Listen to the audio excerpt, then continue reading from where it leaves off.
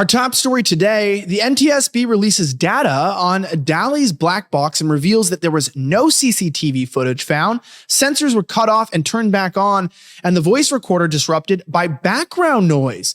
This story gets more suspicious, and we've got all the details for you here on the Gateway Pundit's Week in Review.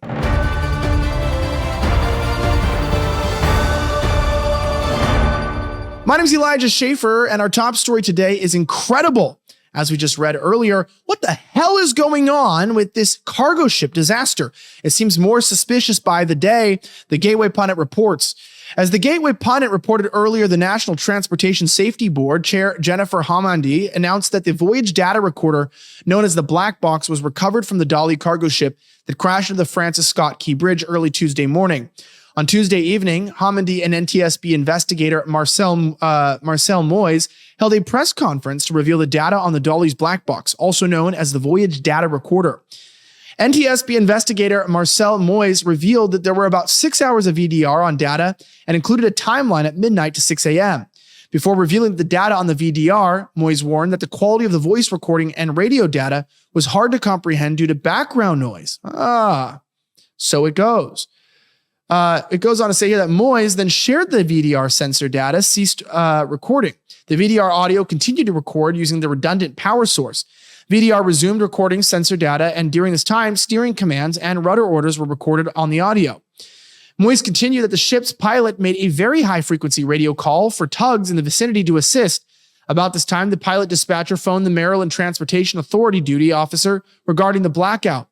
He concluded that his statement by adding that the ship's speed over ground was recorded at just under 7 knots from this moment to approximately the time said, consistent with the collision of the bridge. Before the content of the black box was revealed, Hamandi noted a group of operations and engineering groups boarded the DALI to do a walkthrough of the ship's bridge and engine room to find any electronic recordings, cameras, or CCTV footage, but could not find any. What is going on? Now, the alarms first sounded on the DALI around 1:24 a.m. Tuesday, an NTSB official said in a Wednesday evening news conference, citing preliminary information from the container ship's voice data recorder. It goes on to say here that about a minute and a half later, the ship's pilot used a high-frequency radio to request assistance, helping to alert the on-duty Maryland Transportation Authority officer. The pilot called for tugs in the vicinity, which helped the vessel leave the port and get into its main channel. Before it hit the bridge, it had no tugs. 30 seconds later, the pilot ordered the ship's anchor to be dropped and gave additional steering commands, says Marcel Moyes, the lead investigator. At 1:27 a.m., the pilot reported that the DALI had lost all power and was approaching the bridge. At that time, there were 2 Maryland, I'm just going to say the MTA units at the scene because of the ongoing construction. And those units shut down all the lanes of traffic on the bridge, according to Moyes. He said the voice data recorder captured sounds consistent with the collision. Around this time, the lights on the Key Bridge also went out. Now, that's not insane to me, but it seems like this is always the case, right? Jeffrey Epstein killed himself. He hung himself, but the CCTV footage went out. This thing just collided with the bridge, but we can't tell what was happening, and we don't know what was going on. There's so many crazy things. Is this coincidence? I don't know. But I can tell you this. Another weird story in our top news articles from Anthony Scott was that the captain and crew of the DALI cargo ship were taken to Walmart before the ship crashed into the Key Bridge. Listen to this. The Baltimore Sun reported that the captain and crew of the DALI cargo ship that crashed into the Francis Scott Key Bridge were taken to a local Walmart to shop before their departure on early Tuesday morning.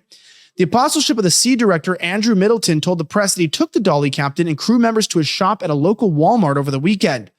Apostleship of the Sea is a Catholic ministry that helps crew members of international ships run errands, go shopping, and perform other tasks. Post 9/11 security measures require crew members of international ships to be escorted through port areas by vetted persons. Now, it goes on to say directly that Middleton told USA Today that as soon as he heard the news, the cargo ship crashed into the Key Bridge, he messaged one of the members on WhatsApp and asked if everyone was all right, to which the crew member responded everything was okay. So I don't know what this means, but the more that I read the story and look at it, the crew of the stranded container ship DALI have reported they are okay and awaiting rescue, yada, yada. It just gets stranger and stranger. Like, why were they at Walmart? Is that normal? Then they're like preparing for a voyage and they leave. There's no tugs. The ship just crashes. We can't read the black box. It's obnoxious almost how stupid I feel like they think we are. And yet people tell me, oh, you're crazy. You're a conspiracy theorist. Am I? Thank you. actually. I take that as a very kind word. I'm not, but if I was, I'd be cool. So Lara Logan is getting the heat of a lot of criticism for her speculation. She's a good friend of the publication, also a good friend of mine too. Love her a lot. Shout out to Lara Logan. Lara Logan on Francis Scott Key Bridge collapse that everyone knows this is a cyber attack on critical infrastructure corridor in the United States. Early Tuesday morning, the Francis Scott Key Bridge in Baltimore collapsed. We know that. Now, in the video below, the ship's lights can be seen going out. We've watched that as well. But it goes down to say later on Tuesday, Lara Logan joined Steve Bannon on the War Room to discuss the collapse of the Francis Scott Key Bridge in Baltimore. Steve Bannon, who served in the U.S. Navy, was also skeptical of the official narrative that was established by daylight yesterday that it was an accident. Steve Bannon asked Lara about this, and I want to get down to her statement. She said, well, I have a better question for you, Steve. Why are you coming to the mic telling the country that it's not terrorism when your own intelligence agencies are telling you it is? And I know they are because I didn't make this up. These are not my words. I'm talking to people who are on the inside, some who are active duty, some who are retired, and everyone literally from critical infrastructure in the Department of Homeland Security to the intelligence agencies. They know there's no other. This is a cyber attack on critical infrastructure corridor for the United States. For those people who think this is just a river, this is in Baltimore, what does it matter? You don't know anything about what you're talking about. The I-94 corridor on the eastern seaboard is literally what connects the north and south. And when I talk about the hazardous materials, this is a brilliant, well-planned strategic attack on one of the most important supply chains in the United States of America. The only other one in the western side is California. That's the only one that's busier. And what you have done is you have shut it down. And when I talk about hazardous materials, what we are talking about here, this is refined fuels, right? This is propane gas. This is diesel. This is fuel. This is flammable materials. This is oversized loads, nitrogen, chemicals. Everything that you need for the economy to move has literally just been shut down for 4 to 5 years. She goes on to say that how did they do it? They knew that they had to do it to target one of the 2 main anchor points on that bridge. There are 2 load-bearing pylons that only structural engineers can identify that are on the end of each side of the bridge. These are the ones that are thicker and stronger than anything else on that bridge. When you hit one of those pylons, when you take that out, the reason you see so much of that bridge collapse instantly is you just brought 50% of the span of that bridge coming crumbling down.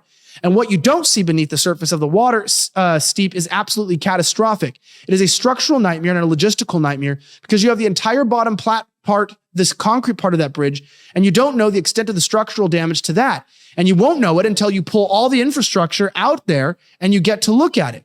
So it is pretty insane. It is absolutely nightmarish what's going on there. And I think people that say this is not a critical infrastructure attack, this is not cyber attack, just really aren't awake. And everyone would tell me 9/11 wasn't an inside job, that it was just a normal terrorist attack, that Epstein did kill himself, that COVID was deadly, that Ukraine was needed to fight against the big bad Russia, that Israel, is trying to wipe out Hamas. I don't care about your dumb narratives that aren't true. I care about the truth. I'm a journalist, and we're going to keep fighting for the truth. I don't have this verified, but I do trust Lara Logan. I think she's a good source of information. Just to mention 2 other articles we don't have time to cover entirely, but they were trending today. One of them you can read in the article there is the powerful House Democrat sends shockwaves through the political scene by announcing retirement. And I'll just read this here, that a 6-term Democrat representative from New Hampshire will not seek re-election this year, according to a local television station.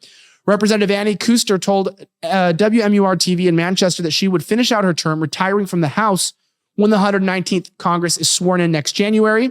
The announcement sends shockwaves through New Hampshire politics, creating an open race for the 2nd Congressional District since 2013. You can read more of that on our website.